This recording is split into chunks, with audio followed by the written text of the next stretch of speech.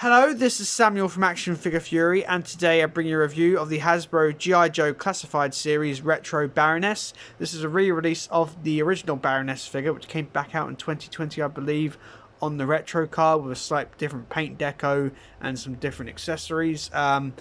Short story, I completely missed out on the original release, which came with the bike. That sold out within seconds on Star Action Figure Fury and other places, and she was absolutely near nigh impossible to get on the secondary market without paying scalper prices. So as soon as when Hasbro re-announced they're re-releasing Baroness on the retro card with slightly different deco, I pre-ordered it straight away, and as you can imagine, the pre-orders sold out instantly on her. Very, very happy to have her. She arrived a few weeks ago. I've just gotten her out of packaging today, and I have to say I'm very, very happy with this figure. There's some slight little gripes of it because it's an older body than the newer figures, which are coming up, which have got double jointed elbows and such like. So she isn't as articulated as the newer figures, which is a bit unfortunate. But I'm very, very happy to have Baroness, and I don't doubt we'll see another version of Baroness in the G.I. Joe Classified series line in the future, because we'll know all the main characters wear different outfits for different missions and such like. So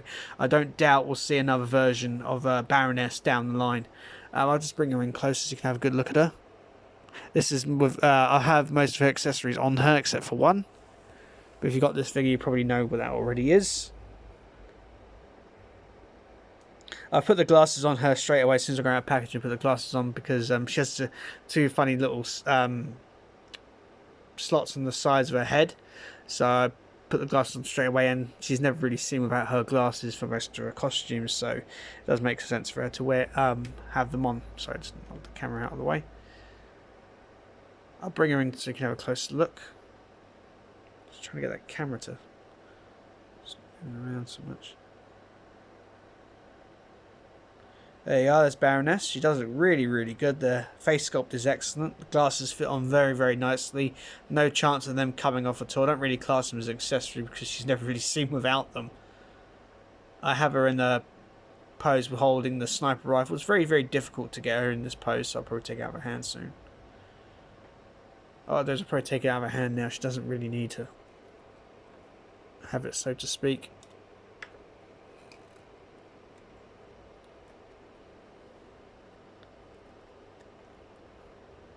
Yeah, let's have a look at Baroness. So for the face sculpt is excellent. I do like how the lips really stand out and the black hair look great. This is her sort of the same outfit she wore in the original figure, but just with a slightly different paint deco. I haven't got that original figure, so I don't know too much differences, but I know that the Cobra logo is painted on this version. And I think the Cobra logo was also painted on that version, but not on this version, unfortunately. But you can still see the logo very well. The bodysuit looks really good. You can see little scales in it, which is awesome. Very serpent snake-like, which is terrific. And she's got these sort of thigh-high boots that are in a sort of a glossy plastic compared to the rest of the figure, rest of her outfit, which look good. Same with the gauntlets as well. You can see that snake motif, and I really do love the shoulder pauldrons with the cobra head on. They look really, really cool. Really, really nice. The detailing is up to standard with the G.I. Joe Classified figure. She does look really, really good. Of course, it's an older body. It doesn't have the pinless technology, but I don't doubt we'll see another version of Baroness with pinless legs and pinless and no pins up here, but with double jointed arms would be very, very nice. Overall, the look of the figure is absolutely excellent. I have no qualms at all with the figure in that regard. Regarding her articulation, take this display sounds hard to take off. Regarding her articulation, she has a ball joint in the head.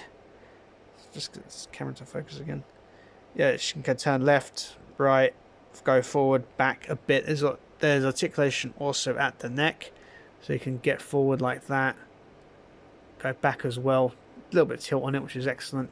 She's got a butterfly joint in the shoulders, and the shoulder pauldrons are attached to the chest armor, so they don't really move, but you can go up like that. They do slightly move. I think they're connected up here This part here, they're connected so you can see it does move with it. It does work very, very well, so they don't really get in the way too much.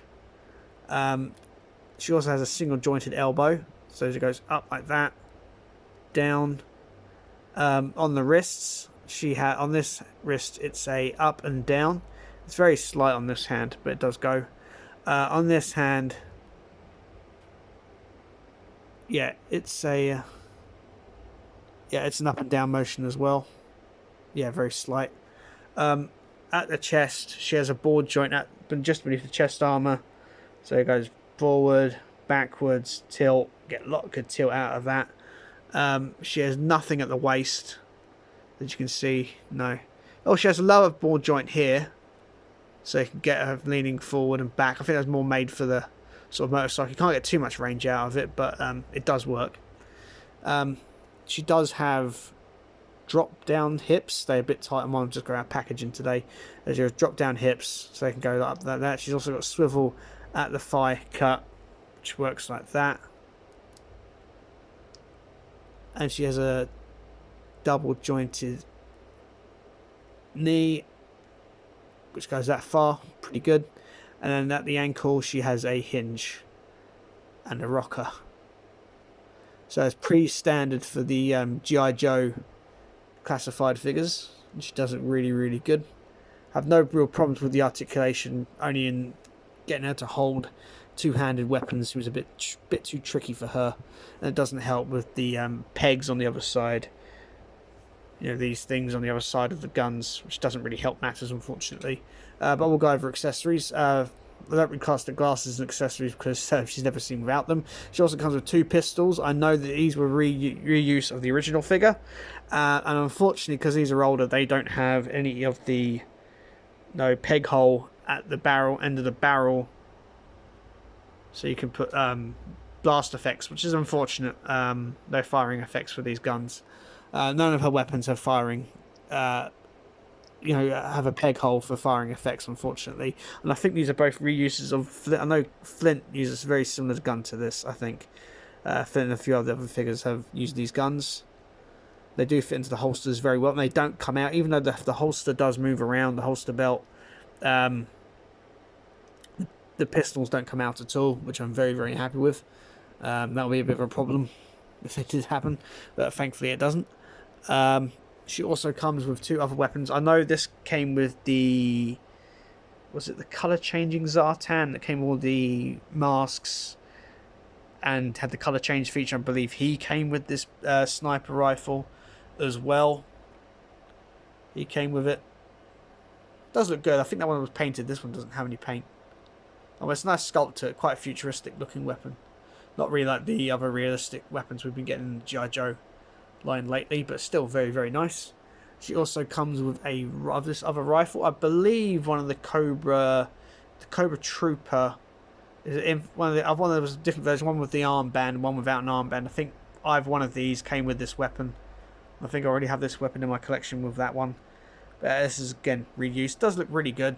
Unfortunately, does have a peg hole on the other side, a big giant peg on the side, and she does have a peg hole on the back, but it does make it very, very difficult to put these weapons on her back, because you've got to either turn the head or have the hair overflowing, and you don't want that to sort of warp out of shape. Plus, I don't really have her pose with these, but it's nice to have them if you have more grunts or army builders as perfect weapons. Unfortunately, as well, you can't take the ammo out of either of those weapons either, which is a feature with more modern G.I. Joe weapons. As she finally also does come with what she did need back there was a base. Plain, there's no name on it. Unfortunately, it'd be cool if they did have the name on it, but it's just got the Cobra logo there and 2 foot pegs. Does look really, really good. It's nice they included this. I do know the Joe ones come with the Joe logo instead of the 2 foot pegs, so it looks really, really nice. Does look great in display. Alas, unfortunately, there's no name plate. If that had on it, that would really seal the deal, but alas, can't have that. But it does look really, really good.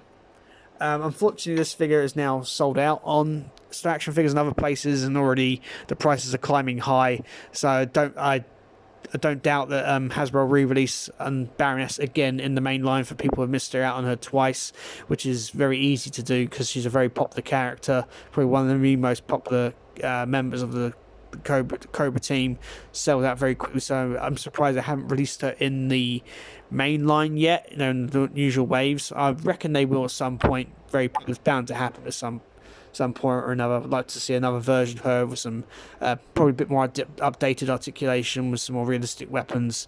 Look very, very good. But I'm very, very happy with this figure. I have no real cons of it at all. I'm very happy to have Baroness in my classified collection at long last. And also, before I wrap this up, I'll bring in some of the other Cobra members so you can see how tall she is compared to the others. Here's Storm Shadow and Zartan. And she's just gone over. I'll just try and this camera to focus again. I'm just going to have a stand up like this for now. She does have a bit tricky standing, but once you get her going, she's alright. There's probably